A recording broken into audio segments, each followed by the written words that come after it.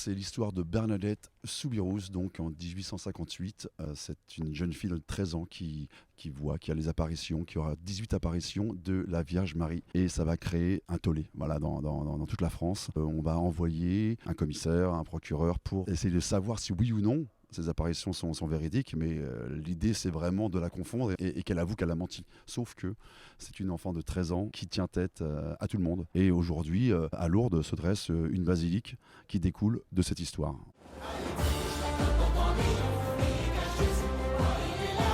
Monter Bernadette de Lourdes, j'avais pas du tout envie au départ. Ça ne m'intéressait pas et j'ai refusé pendant quand même plusieurs mois. Et je me suis rendu compte que moi, je suis pas très religieux, mais que, outre la religion, le personnage de Bernadette, la petite fille, l'adolescente, qui s'est tenue bien droite dans ses bottes face aux adultes, face au pouvoir, je suis tombé amoureux de cette petite fille et non pas de la sainte. Et c'est comme ça que j'ai décidé de monter le spectacle dans un angle plus historique.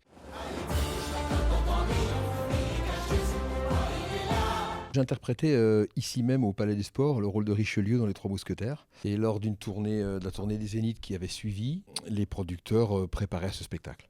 Et m'ont dit, on voudrait te parler, on te voit bien dans un des rôles du spectacle, l'un des rôles principaux du spectacle. Et il s'agissait de ce curé de Lourdes. Alors le casting, j'en ai entendu parler, je me suis présentée. Et puis Serge Denoncourt m'a choisi pour ce rôle. Pendant toute cette période de casting, évidemment, après, on découvre au fur et à mesure ceux qui vont camper chaque rôle. C'est l'aventure qui démarre et je crois qu'on est une très très belle troupe avec des très beaux personnages et voilà, très fière de faire partie de cette aventure.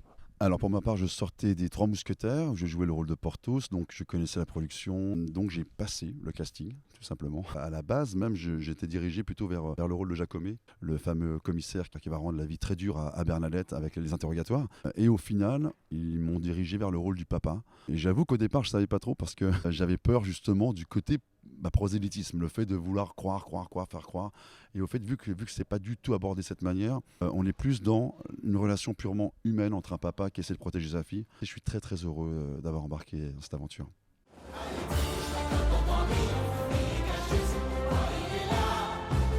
Sans l'abbé Péramal, il n'y avait pas de Bernadette de Lourdes, il faut bien l'entendre. On n'en parle pas beaucoup de Péramal, même à Lourdes, on n'en parle pas. On parle de Vierge Marie.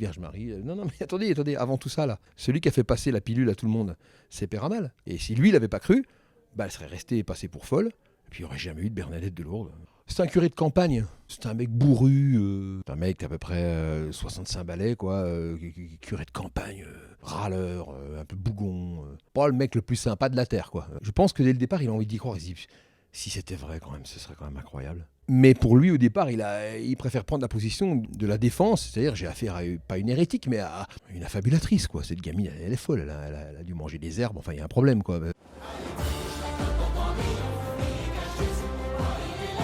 Je suis heureuse de jouer le rôle de Louise Soubirous, qui est un personnage de composition, un personnage assez dur, qui est assez dur avec Bernadette. Donc j'ai dû beaucoup travailler avec le metteur en scène justement pour trouver ce pont entre elle et moi, pour être la plus juste possible.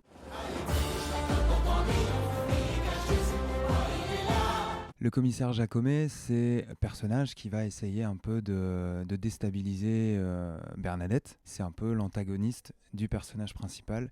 Je l'ai appréhendé avec beaucoup de questionnements déjà avec Serge Denoncourt, le metteur en scène, parce que c'est un personnage qui est assez loin de ce que je suis moi dans la vie. Et ça m'a demandé beaucoup de travail de composition en fait.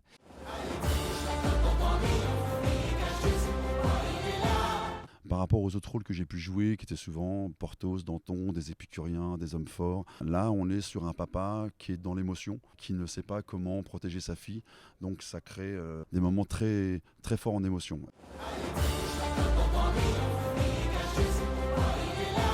Pour faire un bon spectacle, il faut une bonne histoire, une bonne matière première, et puis après des bons ingrédients et un bon savoir-faire. Quand tout est réuni, s'il manque un truc, ça ne marche pas.